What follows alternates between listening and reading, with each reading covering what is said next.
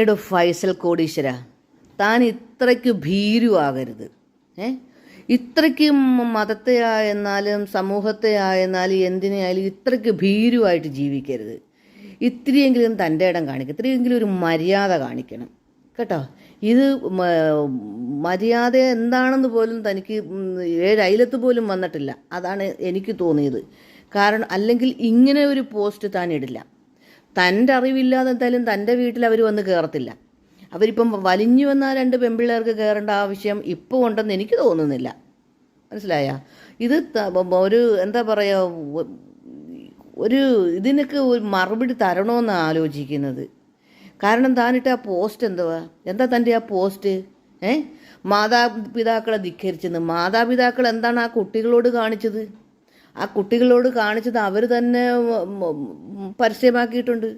അവർ തന്നെ പല ചാനലുകളിലും അവർ തന്നെ പറഞ്ഞിട്ടുണ്ട് മാതാപിതാക്കൾ അവരോട് കാണിച്ച ക്രൂരത. അതൊന്നും ഒരു ക്രൂരതയല്ലേ?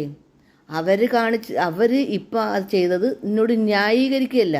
പക്ഷേ അവർ മരണത്തിലേക്ക് പോയില്ലല്ലോ, അവർ ജീവിക്കുന്നില്ലേ. നിങ്ങളുടെ ഒരാടെ മുമ്പിൽ കൈ നീട്ടാതെ അവരെന്ന് അന്തസ്സായിട്ട് വേല ചെയ്ത് അവർ ജീവിക്കുന്നുണ്ട്. അവരെ അവരുടെ വഴിക്ക് വിട്, അവരുടെ വഴിക്കങ്ങ് വിട്, അവരങ്ങ് ജീവിച്ച് പോയിക്കോട്ടെ. ആ കുഞ്ഞുങ്ങൾ ജീവിച്ചിരിപ്പുണ്ടല്ലോ, ഇങ്ങനെയായാലും കാണുന്നുണ്ടല്ലോ, അവർ ജീവിച്ചോട്ടെ. പക്ഷേ ഈ പറഞ്ഞു കൂട്ട് അച്ഛൻ്റെ അമ്മയുടെ ഇഷ്ടത്തിനനുസരിച്ച് എത്ര മക്കളാണ് ഇന്ന് ജീവിക്കുന്നത്? ഇന്ന് മക്കളുടെ ഇഷ്ടത്തിനനുസരിച്ച് അച്ഛനും അമ്മയും ഒക്കെ ജീവിച്ചുകൊണ്ടിരിക്കുന്നത്, അല്ലാതെ അച്ഛൻ്റെ അമ്മയുടെ ഇഷ്ടത്തിനനുസരിച്ചല്ല മക്കൾ ജീവിക്കുന്നത്.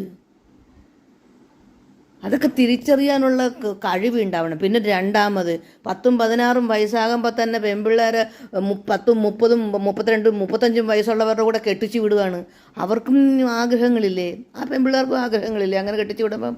അത് അച്ഛൻ്റെ അമ്മയുടെ ഇഷ്ടം കൊണ്ട്, അവരുടെ ഇഷ്ടം കൊണ്ടുമല്ല, അച്ഛൻ്റെ അമ്മയുടെ നിർബന്ധം കൊണ്ട് കെട്ടിപ്പോകുന്ന പെൺപിള്ളേരുകളാണ് അതൊക്കെ. അതിനൊന്നും ഒന്നും നിങ്ങൾക്ക് പറയാനില്ലേ? അപ്പോൾ ഇവർക്ക് താല്പര്യം ഇങ്ങനെ ജീവിക്കാനാണ്, അവരങ്ങനെ ജീവിക്കുന്നത്. നാളെ ഒരു സമയത്ത് അവർക്ക് തിരിഞ്ഞ് ചിന്തിക്കണമെന്ന് തോന്നി ഒരു പക്ഷേ അവർ തിരിഞ്ഞ് ചിന്തിക്കുക തന്നെ ചെയ്യും. അതിനുള്ള അവസരങ്ങൾ അവർക്ക് കൊടുക്കണം. അല്ലാതെ ഈ സമൂഹത്തിന് മുമ്പിൽ അവരെ വലിച്ചു കീറാനുള്ള വേദിയാക്കി നിങ്ങൾ മാറ്റരുത്. ഇപ്പോൾ അതാണ് ഫൈസൽ എന്ന് പറയുന്ന താങ്കൾ ചെയ്തിരിക്കുന്നത്.